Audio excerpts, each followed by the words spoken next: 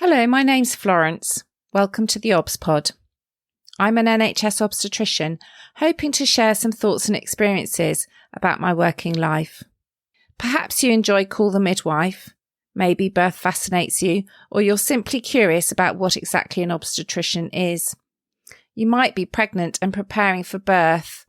Perhaps you work in maternity and want to know what makes your obstetric colleagues tick, or you want some fresh ideas and inspiration. Whichever of these is the case, and for that matter, anyone else that's interested, the Obs Pod is for you.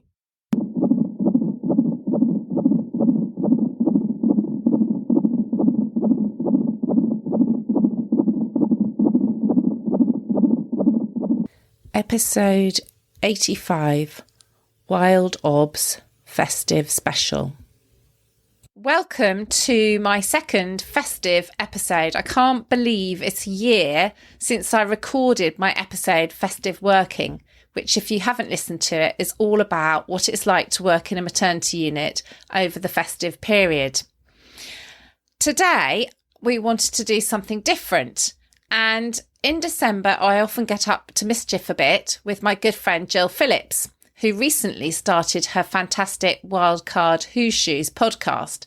So we put our heads together and we've come up with a festive special called WildObs, because it's a mashup of WhoseShoes and the Obs Pod. And we're hoping very much that you're going to enjoy this festive edition, which has a little bit of music and a lot of mischief. I can't believe, actually, looking back, that we've been at this for 7 years now. So we met back in 2014 and we'd met virtually. And when we met in person for the first time, face to face, I remember throwing my arms around you for a hug because it just seemed right, even though we hadn't actually ever met in real life. And yeah, we've just had so much fun. And I think that's a bit what we're hoping to share today, is some of the more creative, fabulous stuff that we've done over the years, some of it Christmassy or festive. And we've actually recorded an episode together for your podcast, haven't we? Our Magic Mates episode. Yes. So if people want to go back and hear a bit more depth, episode 67, Magic Mates, is where to go back and start. It's been quite a story, hasn't it? It has. So today we've got a music themed, is this right, Flo? A music themed maternity special? Yeah, so I was very inspired by your episode, the pandemic poems episode. I just thought that was so brilliant and so creative to just have an episode like that sort of flowed. And I love the poems. And it made me think in the run up to, what shall I do this year? Because last year I talked all about working on labour ward over Christmas.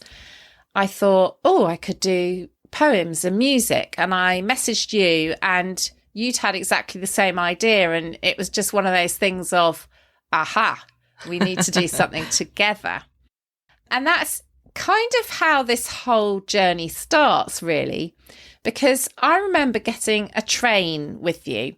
And this was back in 2015 when I've looked it up. And I think we were on the way back from a birth tank stakeholder event. That's a fantastic name.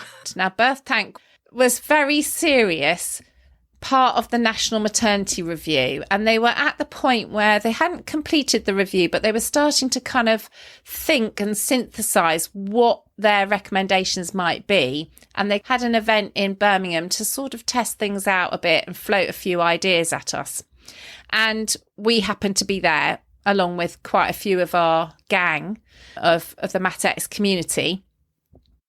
And on the way back on the train, you said to me, I want to show you STELLER stories. Now, as you know, I'm a bit of a social media novice and you usually get me into trouble by making me join all sorts of platforms. Oh, but it's been fun. It has been fun. But you were saying, look at these. These are STELLER stories. You can write little stories. This is a really good way of communicating with people. And as soon as you showed it to me, because you turn a page, a virtual page, it immediately made me think, because this was being held in November, made me think, That would be amazing. We could do a Matex advent calendar. And my initial thought was literally you would have the date and whatever it was, and you would turn a single page and there would be something inside the door, like an advent calendar. However, it didn't really end up like that. It ended up with us spending between us the whole month writing ever more complicated stories, which were sometimes 20 or 30 pages long on a theme, and getting, I would say, ever more wild and wacky. I don't know what you think. And we alternated. So I can't remember if I was odd numbers and you were even, or the other way around. We mixed it up a little bit, but it was something like that. I think you had, what do snowflakes and birth have in common? Oh, yes, that's right, because snowflakes are completely unique. Each one is totally different. And that is exactly like birth. No birth is going to be the same as another birth. They're all individual. Yes. And I remember doing one about crackers as well, Christmas crackers. That's right. Because I was talking about language. And if you Google crackers, you've got cheese crackers and you've got Christmas crackers. Yeah. What do we mean by crackers? Yeah, I think it just kind of, my brain ran away with me a bit. And I do remember my husband and family getting more and more frustrated as I spent longer and longer collecting pictures of strange things and pulling a story together each day. But the theme was just so incredible. And one of mine was the three wise men, or indeed women, who bring practical presents for the new baby. So I don't know how many people want myrrh or frankincense, but these are actual maternity care gifts for the new baby. So we were using our Christmas stories to weave in learning in terms of maternity care. So I think the three gifts were optimal cord clamping, weight to weigh, and of course, skin to skin, inspired by the fantastic Jenny the midwife. I mean, obviously, Flo, you can tell us more about those and why they're important. Waiting for weighing is not whipping the baby straight away and doing all the tasks that we need to do. So weighing the baby, doing its baby check and giving it vitamin K, but leaving it in contact with the mum, which also goes with that idea of uninterrupted skin to skin in theatre or in any birth room. And optimal cord clamping is about the baby getting the blood from the umbilical cord, because the blood in the umbilical cord is the baby's blood. And if you cut and clamp the umbilical cord immediately, that baby's losing quite a significant amount of its blood volume. So those were quite significant, as I remember it, campaigns at the time. Do you think that that's changed now when we're looking back, 6-7 years? Do you think some of those things are more commonplace now? Yeah, I think we're part of the way on the journey rather than the whole way. So I certainly think skin to skin in theatre is much more commonplace. And certainly we routinely now leave the umbilical cord for at least a minute before we clamp and cut it at caesarean, for example, than what we were doing back then, which was immediate cutting and clamping. So I think we are evolving. But I would say we've still got a way to go. But yes, it is really encouraging to look back and see some of the practice changes that have happened.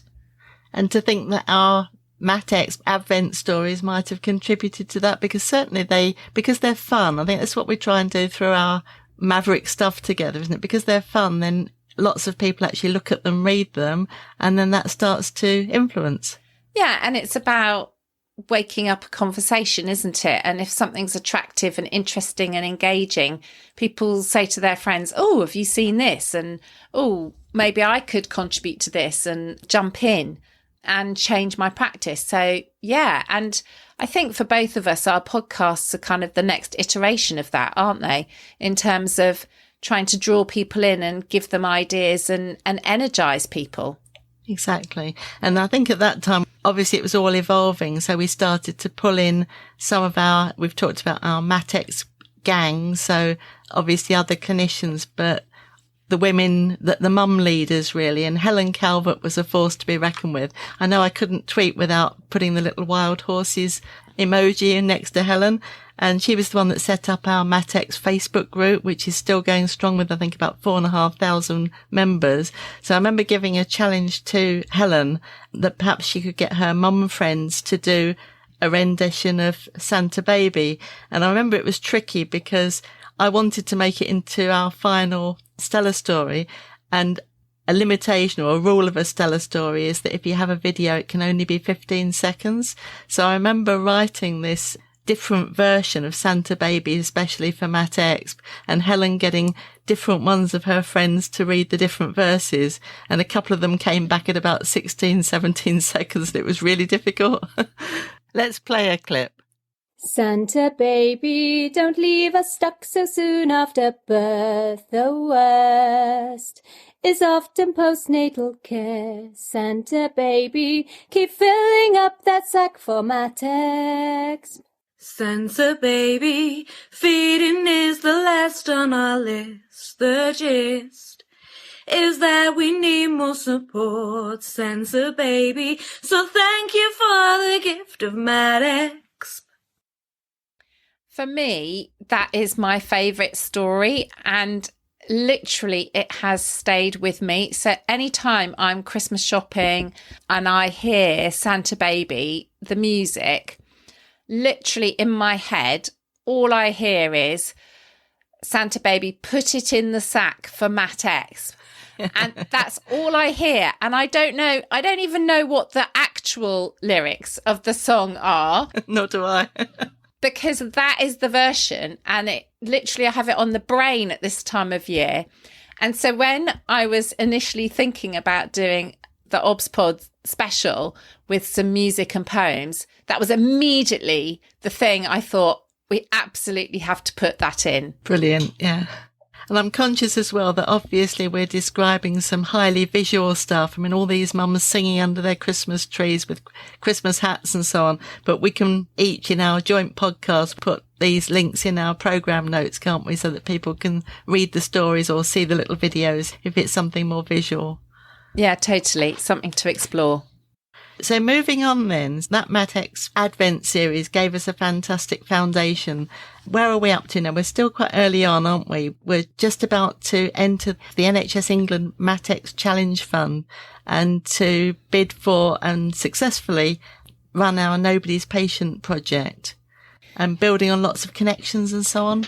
Yes. So we had made, as you say, we'd gathered quite a gang of incredible women predominantly around us who had a real passion for trying to improve maternity care in genuine co-production with midwives, obstetricians, anaesthetists, and so on.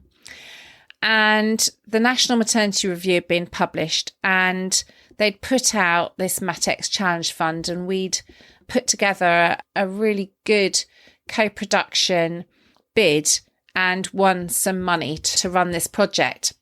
We were one of 3 projects up and down the country. And I think the reason it's called Nobody's Patient is because it was about women falling between gaps in services. And I feel probably we're going to need to do a whole Nobody's Patient podcast episode on its own merit, because it certainly is a huge topic.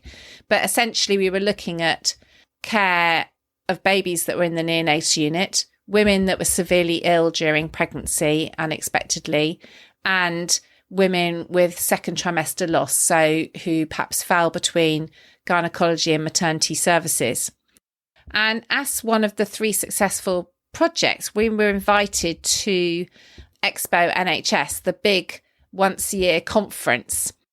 And we were in quite a small little side room. It was quite disappointing, I think, in that it was a huge conference centre in Manchester, and we were thrilled to be there and be part of the conversation. And we had a very short space of time to do anything. We were like the Fringe Act, weren't we? Yeah. So we were now at Expo in 2016, but that was actually a step up. Let's come back to 2016. Flo, do you remember the previous year when we had no space at all? But of course, we wanted to get the message of Matex out there and ended up attracting interest by juggling lemons and things in the cafe area. Do you remember that one? Yeah, we commandeered a table. Because we couldn't afford the £10,000 stand. And we got a load of lemons and we were a bit rogue. We went round sticking Matex stickers on people. On the good and the great. Yes. And we had T-shirts that said, "Ask me about Matex." And it was incredibly exciting because there were all the big, expensive official stands there. And our table in the coffee area was just the board games, some leaflets, some stickers. And I think virtually we stuck a few stickers on people as well who didn't actually have one at the real event. I remember doing that. So that was the previous year. And I think by now we got a bit of a bigger space. But I remember on Twitter we were giving less and less time. I think originally we were offered like 20 minutes. And then this was Sarah Jane Marsh, the maternity transformation lead, who really, I think, values what we do. But it was, "I'm really sorry, Gill and Flo, you've only got 15 minutes. And then we ended up with 7.5 minutes. And she said, "Can you go with that?" And then she threw in at the end a challenge to do a Matex rap as part of it. So I remember at the actual event, people were expecting someone to come up and stand at the front and do a PowerPoint presentation. And we used our 7.5 minutes to get women sitting around the room amongst the audience, which was perhaps a couple of hundred people, to read a Whose Shoes poem. And it definitely made a big impact. It certainly did. I remember people being a bit stunned when perhaps the person next to them in the audience popped up and read a poem. Because people expect certain things at NHS conferences, and this was starting to be bolder and very different, I think. And I think that made us quite a lot bolder, actually. And I remember doing an outrageous tweet. It really was, saying that next year we deserved to be on the main stage. In fact, we were going to have Matex the musical. Yes. And I remember, I think in my head, seriously, I had like a West End musical production in mind. It was quite crazy. And then the story kind of grew from there. Yeah. But before we talk about that, we need to introduce the rap. We do. Because actually, first of all, before we gambled and threw our hat into the main stage, we rose to the challenge that Sarah Jane had set us. I say we in the royal we sense. I had nothing to do with this at all.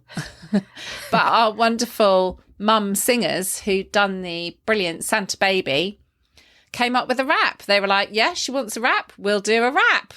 And I'd given them like 25 seconds maximum, and they came back with it, including the credits of the women's names coming up at the end. It was awesome. Sam and Jane challenged us to do a rap to tell you about Matex and put it on the map. Mums are here to help lend a hand, to tell you how we feel and help you understand. We do stuff together, we get things done. Come and join us, Matex is fun.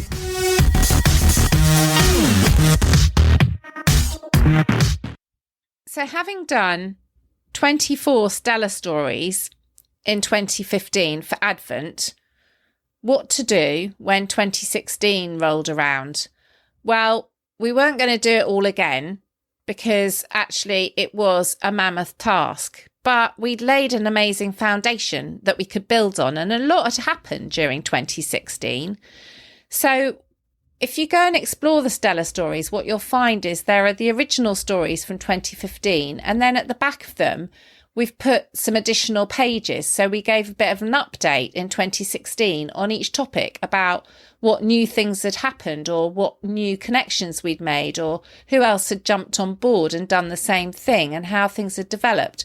So the stories in themselves tell you a little bit of a chronological story of each of those different improvement topics over a couple of years, rather than being just as we left them back in 2015. And how fantastic to think of all that's happened since, because that update itself was 5 years ago now. Yeah.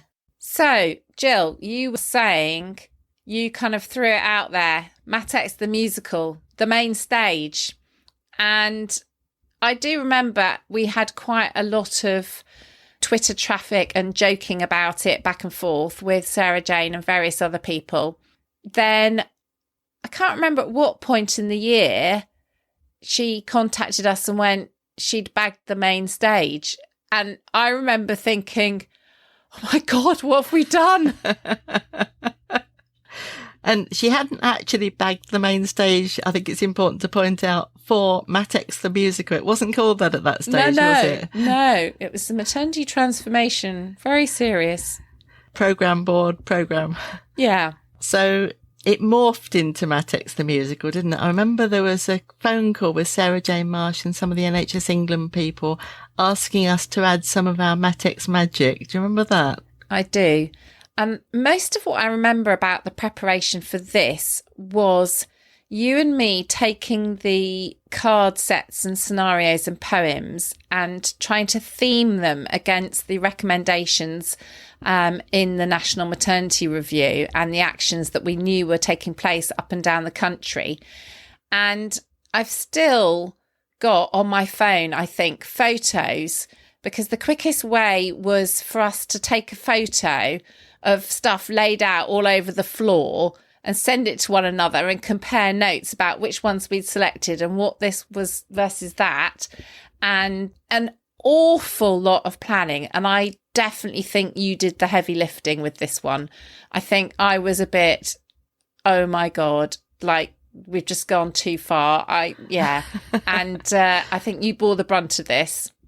Not least because I was also presenting in a different conference in a different city on the same day as well. That's right. You literally came from one to the other, didn't you? I did a mad dash. I mean, I remember having a room of my house just taken over by this great long, if you can imagine it visually, Post-it notes all around the different themes. Were about 7 themes of better births. And we were literally trying to tell the story, and we got so many different layers of it. So it was what the better birth story was. And then we were being really quite, I think, hard hitting in terms of there were the early adopter groups. There was the Matex movement, Our People, Vanguard sites, Choice Pioneers. But we were really trying to pick out actual actions that were happening. And I remember having Post-it notes that colour-coded them accordingly. It didn't matter who was doing it, but we were trying to demonstrate that you don't have to be part of a formal system to make a difference. And lots of fantastic actions were coming through the Matex movement as well as the official channels, if you like. So I remember having what the story was in terms of better births and then trying to match it with actual best practice. And then alongside that, to drop in WhoseShoes scenarios and poems that would bring that particular aspect alive. And again, to use the same idea of people popping up in the main audience. Now, this was huge by this stage. It was going to be actually on the main stage at Expo, and it was the penultimate spot just before it was going to be the health minister, I think. So you got a lot of people coming into our session, not necessarily that interested in maternity, but who were getting themselves and their laptops and so on into place, ready to hear the big one at the end of the conference. So again, planting people around the audience, but in terms of logistics, passing microphones and so on about and trying to set it up by then in terms of the actual musical element. So we got our fantastic music therapist colleagues coming up from Chelsea and Westminster and bringing their travel guitars to have a rehearsal and trying to set up a piano next to the main stage at Expo, which they didn't normally have. Funny that. What do you mean there's no piano at an NHS conference? Why not? And then crowdsourcing of it in terms of trying to involve people who would be there anyway so that we weren't incurring extra expense bringing people specially. And I remember one particular challenge that I took on personally was trying to get a crowdsourced piano within Manchester, because I thought, for goodness sake, we're going to put this on the main stage at Expo. There's got to be a kind of win-win reciprocity. And we got Forsyth, the local, I think, 150-year-old music shop, gave us a bigger and better version of their piano because it had their Forsyth logo bigger on the back of it. That's a lot of what we do compared with just a standard approach to things, I think. Yeah, I think Matex the musical, when I look back on it, was an incredible labour of love. It took an enormous amount of time and energy from so many people. I mean, I think we had a group of about 30 of us in the end. And I've still got that photo from that day as my profile header. And I think it was very ambitious, and it was a real example of what Helen Bevan would call new power versus old power. And I think I wasn't sure they were quite ready for us, but it's still one of the things that I am most proud of us having achieved, actually, to be on the main stage at Expo with a crowdsourced, truly co-produced event showcasing such great work happening up and down the country in maternity. I also remember, going back to your idea of a full-on West End musical, that we had to be really careful choosing what music because of copyright. That's right. And then lots of the things that we wanted to use were out of our grasp. So we settled for good old Twinkle Twinkle, didn't we? We did. And then obviously some of the subject areas that we were covering, because we were using this music to make the Better Birth song, and an incredible amount of time and trouble went into making sure that it wasn't trivialized, that the actual words and the story was being told in a really sensitive way, with some very appropriate people contributing to the words and the lyrics, and obviously with the skill of people like Claire Flower and Grace Meadows, who were our music therapists and used to using music in imaginative ways. It certainly didn't just happen. It was a labour of love.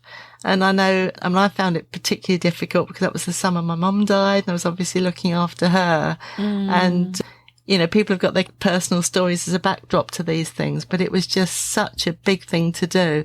And the pride with which, when I think it was kind of accidentally, in inverted commas, we hadn't heard that we were meant to go in front of the main stage. People had been sitting in the audience, and at the end, people with all their colour-coded Matex sashes. So we got the 4 colours of Who's Shoes, clinicians, people with more formal power, the women and families, and the creatives, and so on. So we got this red, blue, yellow and green sashes with everyone from literally a baroness. So fantastic Baroness Cumbledge was there with us going up onto the main stage. And perhaps I shouldn't mention who accidentally went up on the stage rather than along the front of the stage, but it made it much more colourful and much more memorable, I'd say. Yeah, I think it was fantastic. So we've got 2 clips of music to play from Matex, the musical. One is a clip of what we've just been talking about in terms of that gang of people coming up on the stage. And then the other one is Jenny the midwife doing her rap. So play the first clip and come back after the first clip and tell the story a little bit more about Jenny's rap.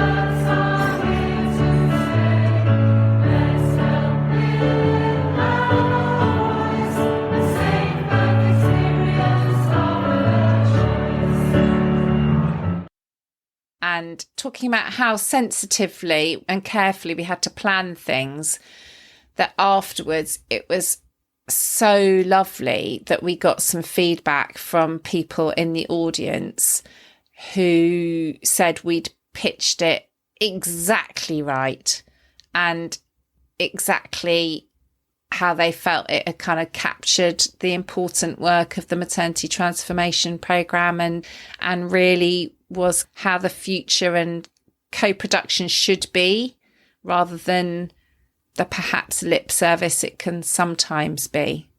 And that meant such a lot. It did. It really did. Because that included people with perinatal mental health problems, bereaved parents. Yeah. It was a very difficult path to tread, and to try and get it to land just right was risky, wasn't it? Yeah, it was. It certainly was. So that feedback was amazing and very, very much appreciated. Yeah. Yeah. Fantastic. Jenny the M and her amazing skin to skin wrap. I mean, where to start, really? How many people would go on the main stage of Expo and do a rap about skin to skin with boots and cats? Probably one. Some boots Probably and cats. one. Probably Jenny and no one else. Yeah, she's daring. She's courageous. She's a midwife like no other. And yeah, I'm sure you're going to have her on your podcast, but I've beaten you to it. You have. I've had her on mine and it was a joy.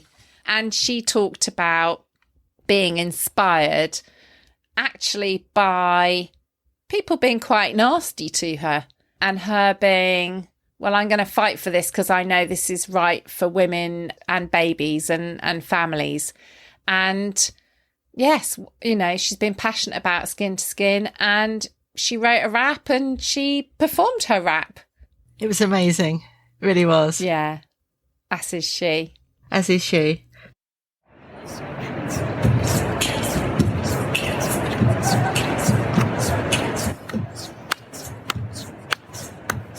I was sat there thinking on my seat, if babes took talk, wouldn't that be neat? A baby would say, don't separate me from mother, my first embrace should be with her other. So here's my rap said from me to you on XYNHS 17 stage, from a baby's point of view.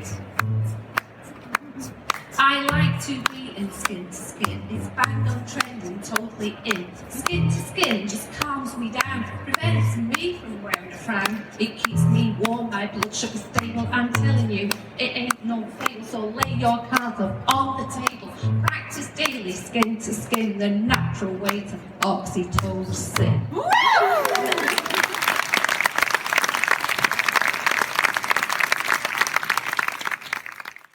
So in 2017, in November, we ran some picker sessions. So this was, for me, like everything coming full circle because all my work with maternity experience had started with the National CQC Maternity Survey. And in about half the organisations in the country, this is undertaken by Picker. And Picker asked us to run some sessions for them, reviewing the results of their survey. And we did 2 sessions, one in London and one in Leeds. And that gave us an opportunity to gather together all sorts of Matex people from across the country. So we had people from Leeds, Barnsley, Lewisham and Greenwich. And we were trying to inspire people how they might act on their CQC National Maternity Survey results. By 2018, our next big project, Mind and Body, was coming together and underway. Gill, I don't know if you want to talk a little bit about Mind and Body as a project. Yeah, I think Mind and Body have been waiting to happen all the way through the work that we've done so far. So we've done the original generic maternity project, and then it had developed very naturally into Nobody's Patient, starting to look at people sadly falling through gaps between services. And obviously perinatal mental health runs through all of that. So I think we found that we got quite a lot of already good Who's Shoes material touching on that subject, but there was a need, and so many people were mentioning this to us, to do a bespoke module around perinatal mental health. And it was Louise Page Louise is in London. She's an obstetrician in London and was doing a project specifically around perinatal mental health. And she pretty much said to me, Jill, we need to do some Who's Shoes work. And at that point, Who's Shoes and Matex was growing by then. I was able to say to her, well, look, other people are saying the same thing. Let's see if we can bring them in to the main project to make it bigger and more comprehensive. And behind the scenes, as we were developing the new Who's Shoes resources, we were able to provide them through the project back to the people who were already using the original resources if they wanted them. Yeah. So really through my networks, we managed to bring in the Southwest regional team who'd just been fantastic with Who's Shoes. They'd had some very, very powerful and quite a large number of events. And then my local network, which was the West Midlands network. And that made it very, very interesting because we were able to do 3 very different types of event with the 3 areas. And to test out things. I mean, obviously the issues in inner city London or Birmingham might be very different from perhaps some of the rural areas in Cornwall, or equally in parts like Shropshire of the West Midlands, and to bring in perhaps military communities, rural communities, fishing communities. There were so many different aspects to it. So again, I think we could do a whole new podcast around mind and body. But in terms of the development of the MatX story, that was happening at this stage in 2018. It was. And so we decided to do Mind and Body Advent. So it had its own hashtag. And you really pulled this together, an incredible set of videos of all sorts of people talking about all sorts of aspects of perinatal mental health and how to improve it. And through that project, as part of the journey, we started to come across all sorts of creative ideas, didn't we, for how to help your mental health and well-being, whether that's during pregnancy or as a new parent. I don't know if you want to share some of the examples. This is going to be a bit of an epic flow. Why don't we take a break and play Claire playing on the postnatal awards? This is Claire Flower. She's one of our music therapist friends who came and played the piano for us at MatX the Musical. But it's just a lovely little clip, isn't it, of Claire playing the piano. Is it Jingle Bells? Yes. With a little girl singing with her. And it's just magic. It is delightful.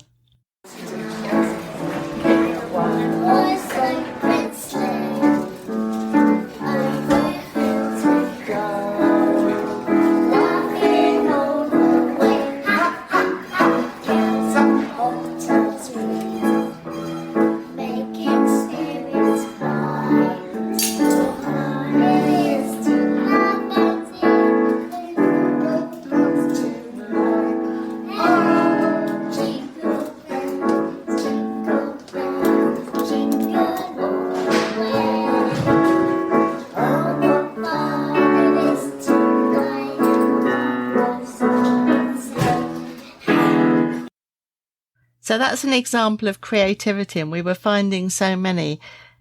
Coming forward during our mind and body work were people like Lorraine Cheeseman in Gloucestershire, doing fantastic arts and craft work through her Shine project. My friend Leanne Howlett in Warwickshire was running an amazing outdoor festival and a community walk to raise awareness of perinatal mental health.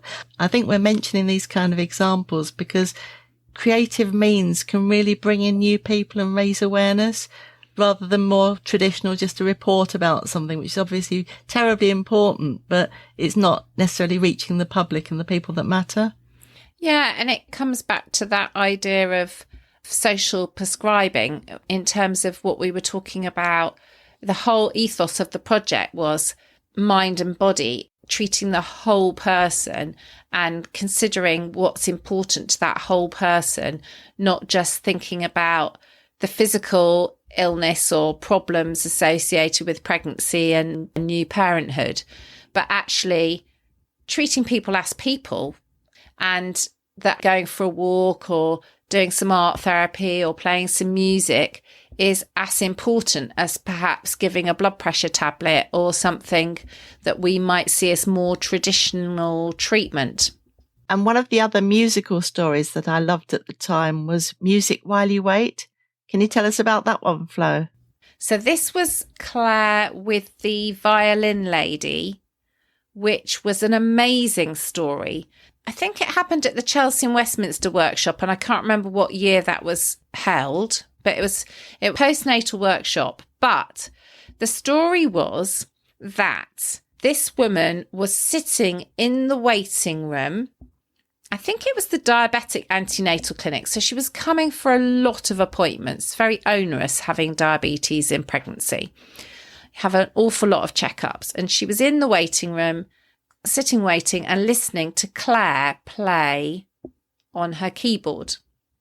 Now, this woman used to play the violin, and coming week in, week out and hearing this music and playing in the waiting room, and you know, this really quite difficult situation she was in with pregnancy with a complication, made her bring her violin to one of her appointments and get it out and play it with Claire.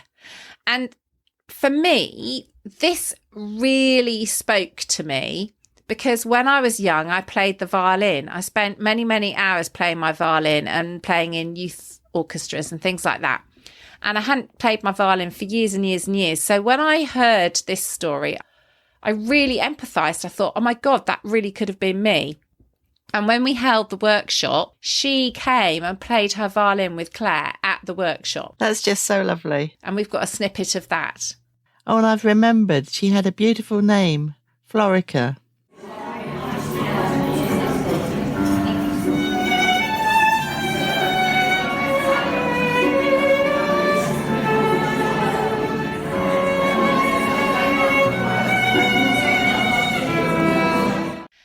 And funnily enough, since all that happened and we've been in the pandemic, one of the things I've done in the last year while we've all been locked away in our houses and unable to do anything is get out my violin. Oh, have you?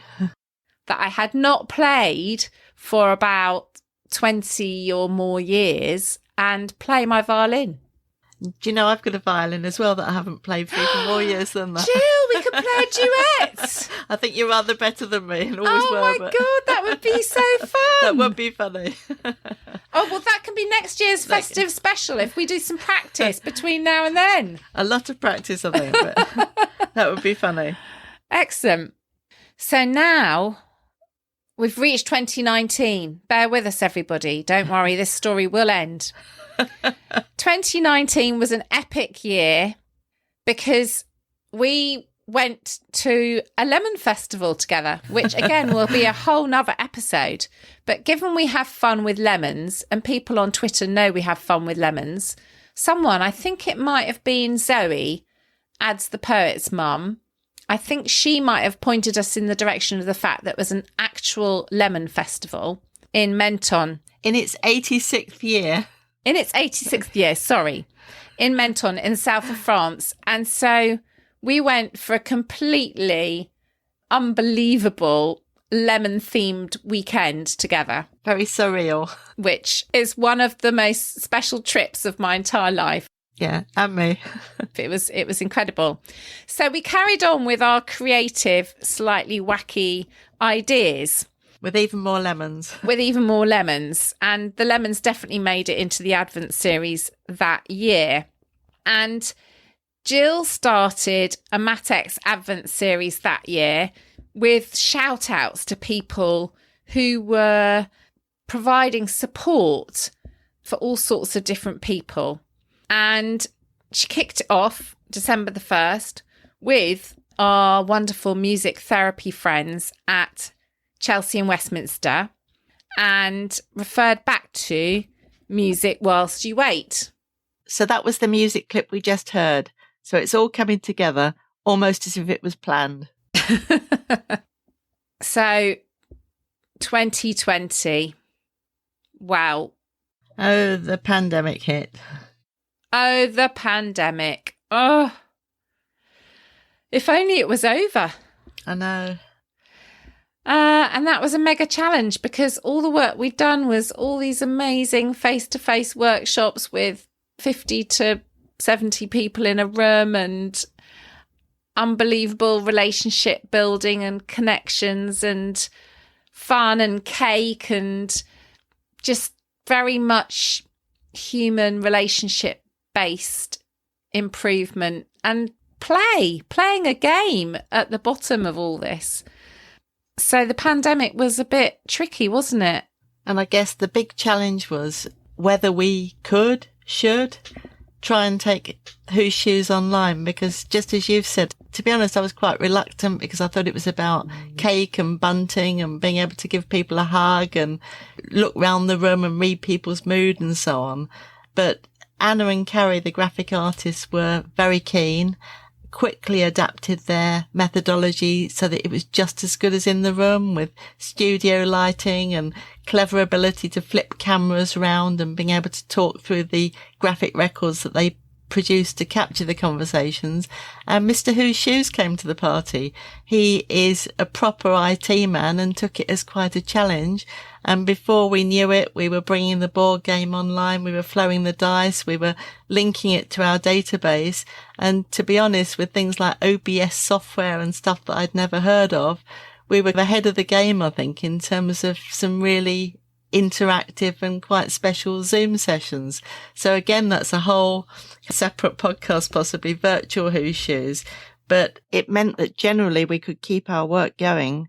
And in terms of maternity, we were able to do some really difficult workshops with big themes like continuity of carer, topics that maternity teams needed to embrace, and proper Whose Shoes territory in terms of how it affected different people, the staff, the women, the midwives, people who want to work part-time, whatever it might be. And we ran virtual workshops with Shrewsbury and Telford, for example, and also the East Kent maternity teams. And we did some pretty creative stuff, didn't we, Flo? And you got involved in both of those, and it was brilliant. We did. And one of the sessions was, again, just before Christmas, and we were having a bit of our kind of normal brainstorming, and I was looking around my office at home for inspiration, and I've got an ABC of birth on the wall, and we suddenly thought, a bit like our advent calendar idea, but we would do an alphabet, an ABC, but it would be a Christmassy, festive ABC of birth. But then being us, it wasn't going to be as simple as, A is for apple, because, why would it be? So we had elves, E is for elves, and that was actually about perineal stitching after you've had the baby, because to me that meant the elves and the shoemaker fairy story.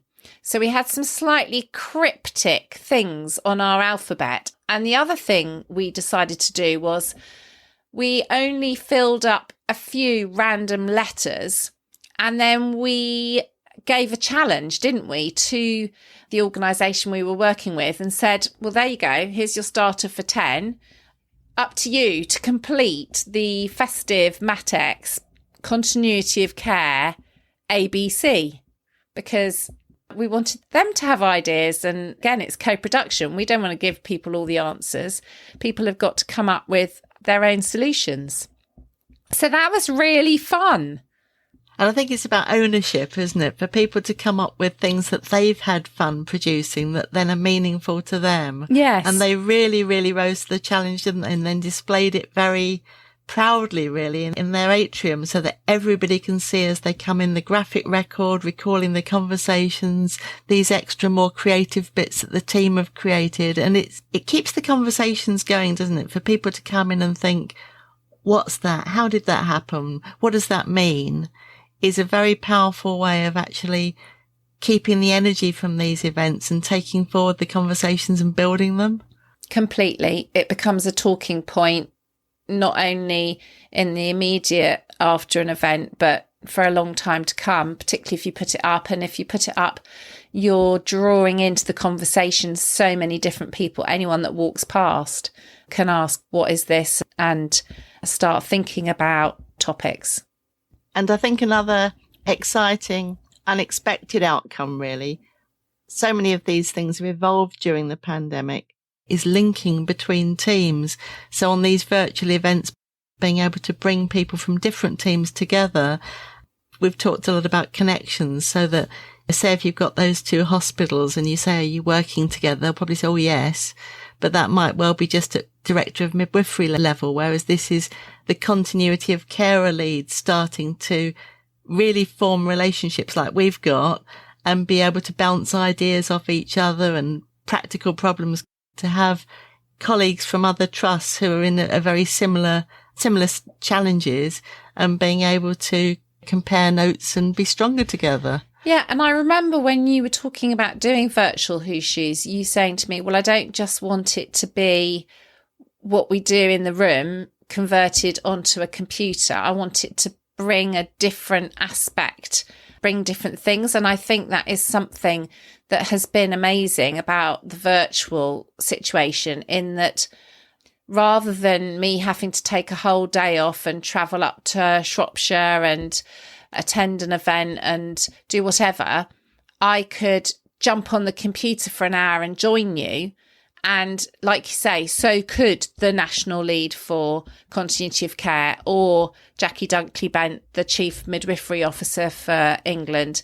So it enabled some of that geographical disparate networking in a really new way, which hopefully will keep and will be a real silver lining to the whole thing.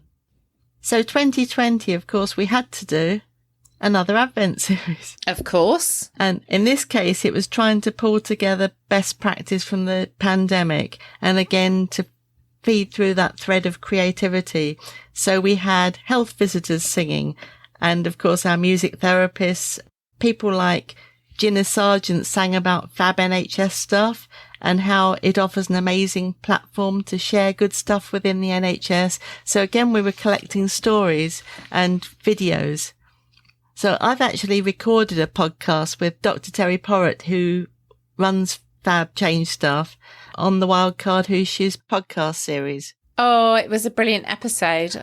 And I get involved in quite a lot of stuff, say NHS England type stuff. I don't hear Fab NHS stuff mentioned enough, because it's just such a simple, inclusive platform to share bits and pieces of best practice to save people reinventing the wheel.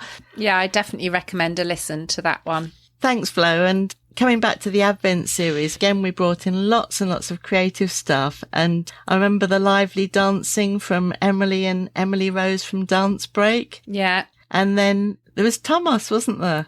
Oh, Thomas, he's amazing. Yes. So I have this wonderful midwife, Rianne, who works in my antenatal clinic with me. And her son, Thomas, writes the most amazing poetry. And his poem, The Great Realisation, which went completely viral in the pandemic last year. So when Jill started to do some videos of the pandemic Advent series, I thought, well, no harm in asking. So I asked, and he did us a little snippet, especially, which was absolutely brilliant. And his poems are very reflective and lovely. And yeah, really, really lovely to have been able to include that. And I just absolutely love that. I think The Great Realisation, I think it's over 7 million views on YouTube. That's extraordinary. I hope he's doing well, because he really deserves to be. Oh, he's doing amazingly. He's literally just performed in the Albert Hall at the Royal British Legion Festival of Remembrance. It's unbelievable what's happening with him. And rightly so. And rightly so. And he made a little clip for our Advent series. He did. One of my favourites actually in that series was, and she is a real friend of mine, and she actually did the opening podcast with me on Wildcard, Dr. Fazana Hussain. And I hardly dared ask her, really, because she's always so busy in GPs, just to get somebody like that. And I just put it out there, would you like to be part of the Advent series? And then suddenly she popped up dressed as Father Christmas, talking about the innovative things they've been doing at the Project Surgery. It is her small GP practice in London. And I've just seen her pop up this week on Twitter dressed as an elf. With Fantastic. Doing a jab thing. It's all about trying to get people understanding about the importance of vaccination, but without just making a public health video. I think she's amazing. She is. And well, I'm hoping if we're sitting here this time next year, I will have met her by then, because, yeah, she just sounds fabulous. She really is. Mm. So we ended up our Advent series last year, and Chelsea and Westminster music therapists have been doing their own Advent series. So each day they'd had a different person singing about. On the first day of Christmas, my music therapist taught me, and it was all sorts of little techniques or ideas that mums could do with a little one, whether it's a very young baby or slightly older, in terms of getting children to appreciate music and fill in perhaps a missing word, all sorts of ideas. I did a compilation clip with them for our Christmas Eve special last year. So should we add that clip in? I think we should, because when I re-listened to it this year, thinking about this episode, I actually thought it would be fun for anyone to do, regardless of whether you've got a little one, maybe you've got an old one, you know, anyone that might want a bit of a cheer up or a bit of fun could do any of these activities. It's brilliant. And to see Grace Meadows, one of the music therapists that we work with at Chelsea and Westminster, go on and head up the Music for Dementia programme, I think that absolutely summarises what you're saying. Music is for everyone, isn't it, Flo? Yeah, totally. On the first day of Christmas, my music therapist gave to me the idea of a copying song. On the second day of Christmas, my music therapist gave to me the idea of making some instruments at home. On the third day of Christmas, my MT gave to me the idea of making up a bedtime song to sing to your little one each night. On the fourth day of Christmas, my MT gave to me the idea of adding some Makaton signs to your child's favourite nursery rhyme. On the fifth day of Christmas, my music therapist gave to me the idea of a dressing song to help your little one. On the sixth day of Christmas, my MT gave to me the idea of listening to your favourite music together and having a dance.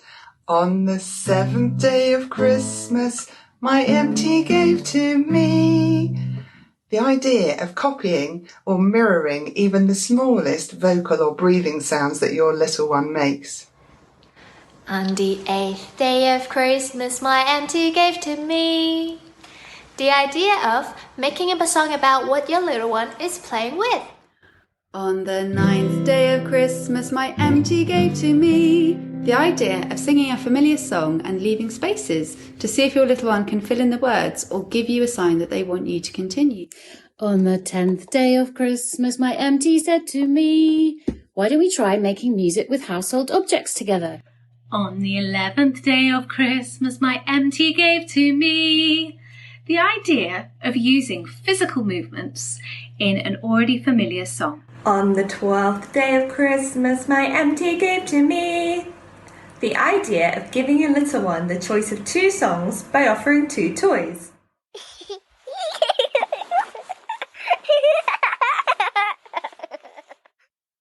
So, finally, you get the idea. Energetic, spontaneous, maybe a little out of control. I would say often. Greatly out of control. And getting worse. But coming from very good intentions, hoping to spark ideas and innovative thinking. So we come to 2021. What shall we do? Let's think. Oh, we both have podcasts. We both had a similar idea of using maybe music for our Christmas festive podcast. And what about a bumper joint episode describing some of our adventures with a musical theme? Ta-da! Good idea, Flo. Hopefully that's what we've just done. Back in 2015, let's come full circle and go back to the beginning. In our original Stellar Stories was day 16, Get Decorating. Every year at Christmas, we have a hospital Christmas decorations competition. And it's very competitive, isn't it? It's very competitive. People get very serious about it. And people put a lot of time and energy into it. And yes, people are fiercely competitive about who's going to win. And the chief exec and the chair, so very senior judges, come around usually on the Friday before Christmas, and there's an official judging. And there are different categories each year. And you're often disappointed if your ward or department doesn't get at least an honourable mention or something like that. So this always makes me think a little bit about that carol, deck the halls. You know, a hospital, if you know anything about hospitals, you know they're mainly corridors, long corridors. So when people start putting stuff up in the corridors, it makes me think deck the halls. So I had a little bit of a brainstorm and I rewrote some of the lyrics to Deck the Halls. And Gill had recently talked to me about voice memos, and my sister had shown me how to do a voice memo. So I sang Gill a voice memo of my idea about Deck the Halls with an alternative hospital decoration set of lyrics. And I said it was a good idea. Well, so tell us what happened next, Gill. So I received your voicemail and I thought that's great, but I could see what was going to happen was that you were going to invite me to sing live on our joint podcast. And I think there's a difference between, we've done it once or twice in the room, haven't we? And that's kind of like spontaneous. Oh, we did. We did. We sang Daisy Daisy. We did. I can't remember why. People are thinking we're losing the plot now. Yes. Okay. So, yes. So you weren't up for a duet, a singing duet. Well, I think something spontaneous in the room where it just happens, but the idea that we've had the chance to think about it and it's still that bad. So I did. You're chickening out. I thought, well, who do we know who could perhaps do it a little bit better for us? And I went back to Claire, so Claire Flower, and I just sent her the lyrics such as they were and suggested that perhaps she might be able to help a bit. And this is where the brilliance of our community came in. She said, can you wait till Wednesday? Well, I think it was Monday, so that wasn't unreasonable. And she said, because I'm going into work on Wednesday and perhaps can get some of my friends to join in. And then when she sent it back to me, now I think this is brilliant. It's better than if it was perfect. Do you know what I mean? She sent back what they'd done. I guess they probably had like one take at it because they're very busy people. And she sent it back to me and she said, Gill, it's far from perfect, but it's done. And our whole JFDI, Just Do It approach, Claire had bought into that. Her colleagues at Chelsea and Westminster have got together and they've even grabbed a tambourine. And here it is. Deck the Halls for 2021.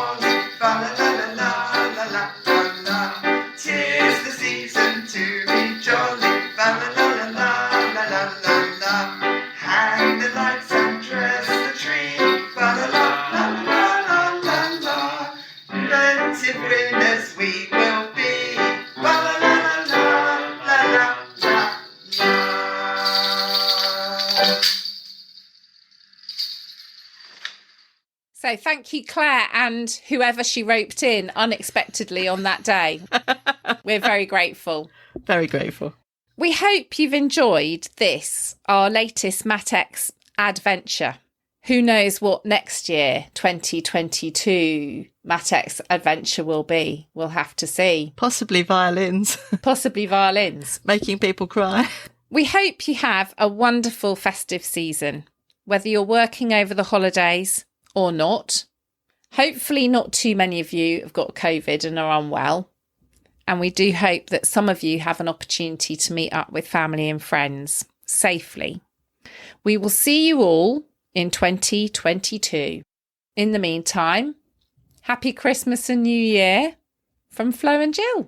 From Flo and Gill. Thank you so much, Flo. That's been amazing. I hope people hang on in there with our adventures. Absolutely. Thank you so much, Gill. And also, of great importance, thank you so much to Mr. WhoseShoes, who now has to take our babbling recording, make some sense of it, and make it all far from perfect, but done. Yeah, I'll choose my moment to ask him, but the brief will be far from perfect, but done. And a Christmas outtake for you from Mr. WhoseShoes. Shall I stop the recording? Yeah? I think so. Do you think that was okay? I think it was different.